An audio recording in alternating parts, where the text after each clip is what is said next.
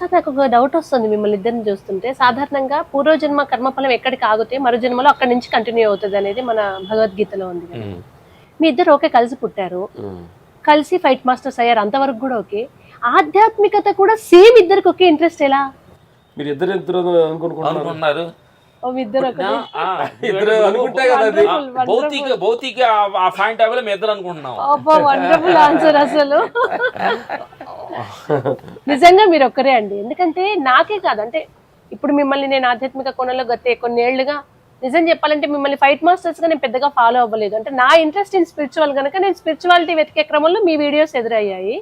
చాలా మందికి ఇద్దరు సేమ్ పుట్టి, సేమ్ పెరిగి, సేమ్ డ్రెస్లు వేసుకొని, సేమ్ ఫైట్ మాస్టర్స్ ఎలా సాధ్యం అనుకుంటారు? నాకు అన్నింటికన్నా ఆశ్చర్యం సేమ్ స్పిరిచువల్ రేంజ్, ఆ స్థాయి సేమ్. ఎలా అంటే నిజంగా మీ ఇద్దరు కాదు ఒకటి. ఈ ఒకటి మీ ఇద్దరిలోనే కాకుండా అనంతం అంతా ఒకటే అనేది రమణ తత్వం.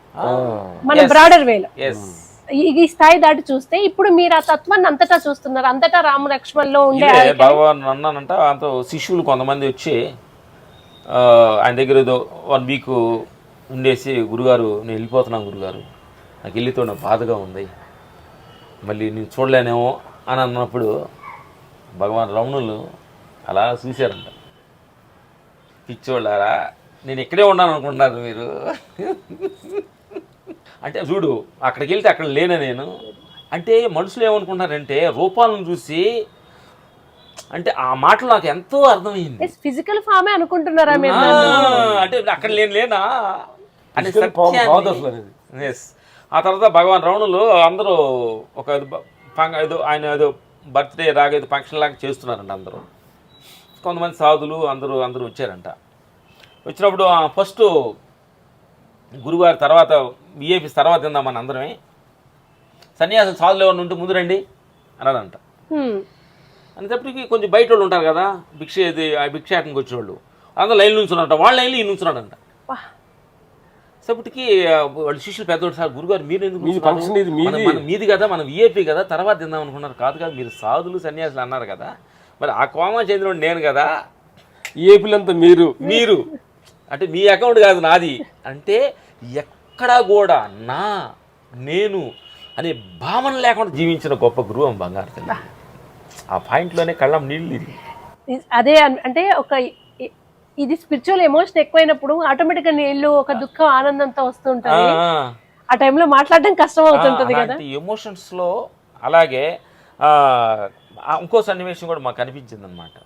అంటే మేము రెగ్యులర్ గా నెమరేసుకుంటూ ఉండే సన్నివేశాలు. తర్వాత ఈయన కొంచెం లేకలేకపోతున్నానంట, కర్రపోటు కేజీ అయినప్పుడు. పక్కన శిష్యులు ఏమయ్యా రమణయ్య లేకలేకపోతున్నాడు, కొంచెం కర్ర ఇలా ఆయన ఎగుతాడేమో. కర్ర చూడంగా లేచాడంట ఈయన. చూసావా కర్ర చూడంగా ఎంత భయపడ్డాడు. నీ అహంకారపరుడు. అట్లా ప్రతి దాని లోపల సూక్ష్మమైన సిచ్యువేషన్స్ను ఆయన. ఆ మాట కూడా మాకేంటంటే, గురుగారు ఆయనకి క్యాన్సర్ అది వచ్చినప్పుడు, కొన్ని పురుగులు బయట పడుతున్నప్పుడు అరే పాపం ఇబ్బంది పడుతున్నాయి అని చెప్పి ఆ పురుగులు తీసి దానిలో వేయటం అనేది, అంటే దేహాన్ని ఎంత అవేగా ఉన్నారు. ఇంకోటి ఏంటంటమ్మా, మనం అప్పుడు నాకు అనుకుంటాను అలాంటి మహానుభావులకి ఇట్లాంటి జబ్బు రావటం ఏంటి అని. ఆధారం వచ్చింది అదంతా కూడా ప్రకృతి తల్లి, ఆత్మ తల్లి డిజైన్ చేసిన ప్రకారం వచ్చిందని మాకు అర్థమైంది. ఎందుకంటే అట్లాంటి మనిషికే అట్లాంటి జబ్బు వచ్చినప్పుడు మనకెంత అనేవాడు ప్రతి వాళ్ళు అంటే బేజారు వేసుకుంటానికి, అంటే దాన్ని బ్యాలెన్స్ చేసుకుంటానికి అది ఎంతో ఉదాహరణమైన విశేషం. అవును అవును. అంటే చాలా మంది అనుకుంటారు కదా, చెడు చేసే వాళ్ళకి అంతా మంచి జరుగుతుంది, మాకేంటి ఇవన్నీ. చిన్నప్పటి నుంచి ఒక చెడు భావన చూడలేదు, మ్యారేజ్ లేదు, ఒక తప్పు చూడలేదు, మన ఆయనకి ఎందుకు వచ్చింది? దేహానికి వచ్చేయి దానికి వస్తాయి అది నువ్వు కాదు అని చెప్పడానికి ఆయనకి వచ్చింది. బహుశా జనానికి ఒక పాఠం కూడా కావచ్చు. అంటే రమణులు దేహాన్ని కాదు అని ఎంతగా ఆయన అనుకున్నారో అది పూర్తిగా నిరూపించడానికి అది పెడితే ఇది రమణులు. ఆన్సర్ వచ్చినా దేహాన్ని పట్టించుకోరు. జనం అంతా వచ్చి గురుగారు హాస్పిటల్కి వెళ్దాము, మరీ ఎక్కువగా అయిపోయింది, అసలు మీకు బాధ అనిపించట్లేదా అన్నాడంట. కాదయ్యా, ఈ దేహమే ఒక జబ్బు, దీనికి వేరే జబ్బు వచ్చిందంటారు మీరు. అంటే దీన్ని సపరేట్ చూశాడమ్మా. అంటే ఈ దేహాన్ని అవేగుండా చూసిన మనిషి మనసుని ఎటు మూమెంట్స్ లేకుండా అవేగా చూసిన మనిషి అనమాట. అంటే ఒక్కొక్క సన్నివేశం తలుచుకుంటుంటే కళ్ళం నీళ్ళు వస్తుంది. ఎంత కష్టం సార్. ఇప్పుడు మనకు ఆ విషయం తెలుసు, దేహం మనం కాదని తెలుసు, కానీ ఇట్లా ఎవరైనా వచ్చి చిన్న పిన్నిస్తో గీరినా కూడా మనం విలువెళ్ళి ఆడిపోతాం. అది అనుభవపూర్వకంగా అంటే ప్రాక్టికల్ అప్లై అనేది అది ఇలాంటి వాళ్ళకి ఇది మీరు ఎంత అడిగారు అట్లా గురుగారి దగ్గర పోయినప్పుడు మీ అనుభూతి అనేది అడిగారు. గృహలో కూర్చున్నాము, గృహలో కూర్చొని 1 అవర్ ధ్యానాన్ని కూర్చున్నాం. లోపల అనుభవం వచ్చింది. దేహం వేరే నేను వేరే అనేది ఒక చిన్న మాకు సైకలాజీగా ఒక అంటే అప్పుడు దాకా దేహం నేనుకునే దానికంటే దేహానికి ఇడిగా నేను ఉండన్న ఒక ఏరుబాటు అనేది అగపడింది అక్కడ. ఆ అనుభూతిని మీరు పొందారు. అనుభూతి పొంది అంటే దేహం వేరు నేను వేరు కదా, అంటే 2 సపరేట్గా ఉన్నాయి. మనం కలిసి 2 కలిపేసుకుంటున్నాం కదా. యాక్చువల్ కలిపి లేవు, కలిపి యాక్చువల్ దేహమును నేను అనే భావన 2 కలిపి లేవు. మనం కలుపుకొని అది దుఃఖానికి గురవుతున్న సంగతి అక్కడ అర్థమైంది. అర్థమైన దాన్ని అమలు చేయడానికి ప్రయత్నంలో ఉన్నాం. ఒక చిన్న జోక్ ఈ మధ్య ఇన్స్టాగ్రామ్ లో వస్తుంది. ఒక పాప తన చిన్న పాప జుట్టు పట్టుకొని తన జుట్టు తనే పట్టుకొని ఏడుస్తుంటుంది. పక్కన తల్లిదండ్రులు విడిపిస్తుంటే విడుచుకోదు, బాగా పీక్కుంటుంది. బేసిక్ గా తన జుట్టును తను వదిలేసుకుంటే నొప్పి తగ్గుతుంది, కానీ తన జుట్టు తానే పీక్కొని ఏడుస్తుంది. మనుషులు కూడా అంతే, ఈ దేహాన్ని వదిలేసుకుంటే అయిపోతుంది దేహ భావన, మనమే పట్టుకుని మనమే ఏడుస్తాం. ఎంతమంది సాధువులు చెప్పినా ఆ విషయం అర్థం కాదు మనకి. అంతే అది తల్లి ఏంటంటే చెబితే అర్థమయ్యేది కాదు. బ్రెయిన్ ప్రాబ్లమ్స్ ఏంటంటే చెబితే అర్థం. ఇప్పుడు మనం ఏదో మాట్లాడుకున్నది ఇది అర్థం అవ్వదు. షోన్స్ ఏంటంటే ఇది ఎలాంటిది అంటే ఇది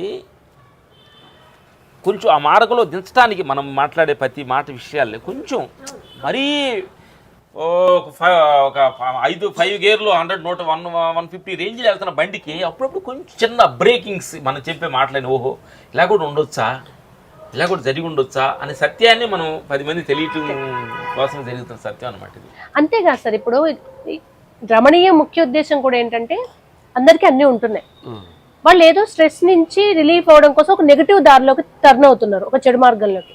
అక్కడ కూడా దొరకక లాస్ట్కు మళ్ళీ ఆధ్యాత్మికం వైపు వస్తున్నారు. ఈ రమణీయం వల్ల స్ట్రెస్ నుంచి డైరెక్ట్ ఆధ్యాత్మికంకే రావాలి. ఈ మధ్యలో ఈ నెగిటివ్ అదంతా వాళ్ళు వేస్ట్ చేసుకోవద్దని ఒక చిన్న తపన.